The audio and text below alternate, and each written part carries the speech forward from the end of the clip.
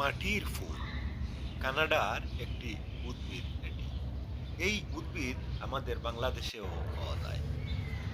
এই উদ্ভিদ মাটি থেকে এমনি এমনি জন্মে যায়। এটিকে বন মাশরুম বলা হয়।